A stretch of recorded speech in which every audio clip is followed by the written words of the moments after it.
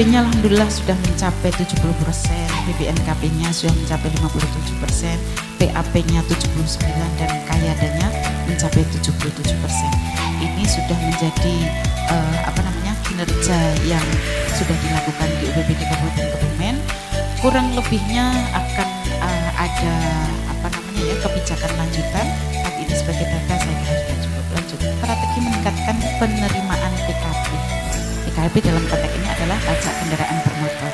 Lanjut, apa saja yang bisa kita lakukan? Next, nah ini Samsat di Kabupaten Kebumen. Ini sudah punya Samsat induk banyak. Kemudian Samsat gerai di Gombong juga ada, Samsat MPB juga ada, Samsat paten di Ayah juga ada, bahkan Samsat keliling juga ada, Samsat desa ini berkeliling di 6 tempat titik itu juga ada, Samsat cepat induk juga ada. Ini bagian dari titik layanan yang sudah dilakukan di Kabupaten Kebumen. Nah, dengan membayar pajak kita itu membantu pemerintah untuk meratakan pembangunan. Nah, ini adalah sebagai sebuah kewajiban yang dilakukan oleh warga negara dan pemerintah. Nah, kalau ada yang lupa atau kemudian kalau hanya sekedar lupa, masih ada solusinya. Banyak nanti cara solusi, bahkan pemerintah memberikan cara agar nanti telah tidak membayar pajak sampai 5 tahun begitu. Ini ada program agar nanti bisa lebih ringan begitu ada. Nah, tapi bagi mereka yang memang tidak mau membayar pajak, ini Pak Polisi sekarang, pemerintah sekarang sudah membuat sebuah aturan. Nantinya kalau sudah dilaksanakan, yang tidak membayar pajak sampai 2 tahun, nanti notisnya itu dihapus. Jadi mobilnya itu bisa menjadi mobil bodong. Itu nantinya akan kembali juga ke masyarakat dalam bentuk mungkin pembangunan yang ada di Kabupaten Kebumen. Salah satunya mungkin jalan, jembatan, dan pembangunan yang lain yang dibiayai dari APBD. Memang tidak ada hal khusus bahwa dari hasil pajak kendaraan bermotor nanti diarahkan untuk fasilitas kendaraan bermotor, roda 2, roda 4 tadi. Tapi secara umum bahwa pajak bagi hasil kendaraan bermotor adalah dikembalikan dalam uji pembangunan yang ada di Kabupaten Kebumen. Semua PAD, jadi tidak hanya pajak kendaraan bermotor, tapi semua PAD yang kita dapatkan sudah larinya untuk pembangunan itu juga. Pembebasan denda maupun bebas balik nama ini sampai akhir tahun ada yang diharapkan bisa mencapai melebihi 100% untuk pendapatan daerah. Memang kalau dilihat dari tren dari tahun 2020, 2021 dan 2022, trennya itu mengalami kenaikan dari segi target, Mas. Jadi untuk penambatannya juga di tahun 2021 itu 108% lebih. Sementara di 2020 mungkin karena awal pandemi itu hanya berkisar sekitar 85%. Jadi naiknya cukup drastis dan mudah-mudahan di sini nanti bisa melewati apa yang sudah ditetapkan nanti pada tahun 2022. Kami harapkan nanti pada tahun 2024 kita ada undang-undang atau perda baru terkait dengan undang-undang HKBD, undang-undang nomor 1 tahun 2022, di mana nanti ada peraturan yang baru kita punya option terkait dengan pajak pendapatan khususnya kendaraan bermotor adalah 66% dari pajak yang ada di provinsi. Nanti kita provinsi tinggal berapa mau menentukan 1% atau 2%, kita nanti numpang misalnya 1%, kita numpang 66% dari 1% itu untuk pajak kendaraan bermotor. Mudah-mudahan nanti dengan adanya itu kita akan mendapatkan bagi hasil yang cukup tinggi, dan mudah-mudahan juga pembangunan yang ada di Kabupaten Kebumen lebih giat lagi untuk fasilitas umum untuk Bapak Ibu semuanya wajib pajak. Alur kita kepolisian dalam mekanisme etle mobil gosigap, umpamanya ini tertera gambar 2 orang pengendara motor tidak memakai helm, itu tercapture. Namun kita juga untuk mengidentifikasi memerlukan nomor polisi harus terbaca, hanya untuk nanti validasi dan pengiriman kepada pelanggar.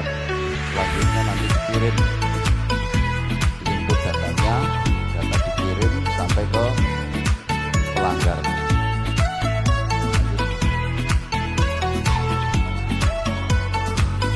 Ya, mungkin sekilas itu terkait pelanggaran.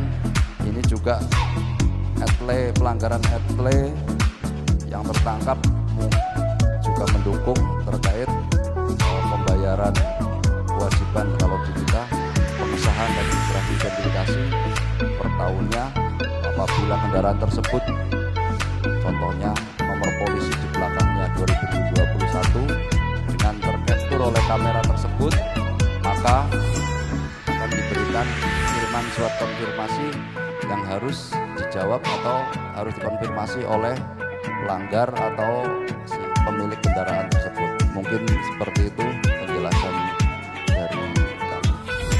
Pasti panjenengan tahunnya adalah samsat ya. Kira-kira benar apa itu sih UPPD? UPPD menurut Pergub Jateng nomor 106 tahun 2019 adalah unit pengelola pendapatan daerah.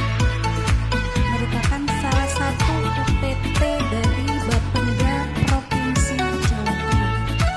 Ada 27 UPT di Jawa Tengah. Ada 27 UPPD. Nah, UPPD ini menjalankan fungsi pengelolaan pendapatan daerah. Kalau UPPD Kebumen berarti wilayahnya adalah Kabupaten Kebumen. Lanjut Mas.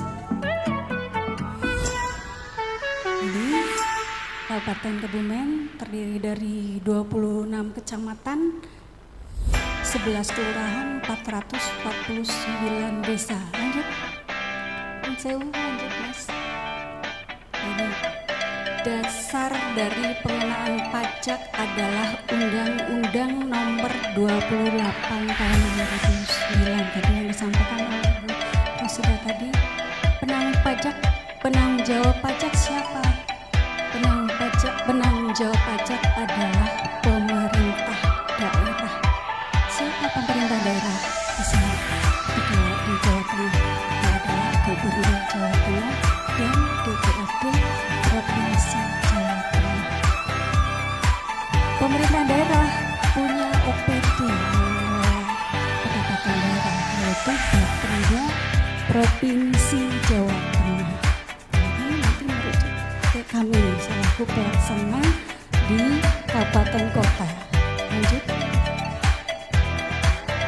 Jenis pajak tadi sudah disampaikan oleh Bu Rosida.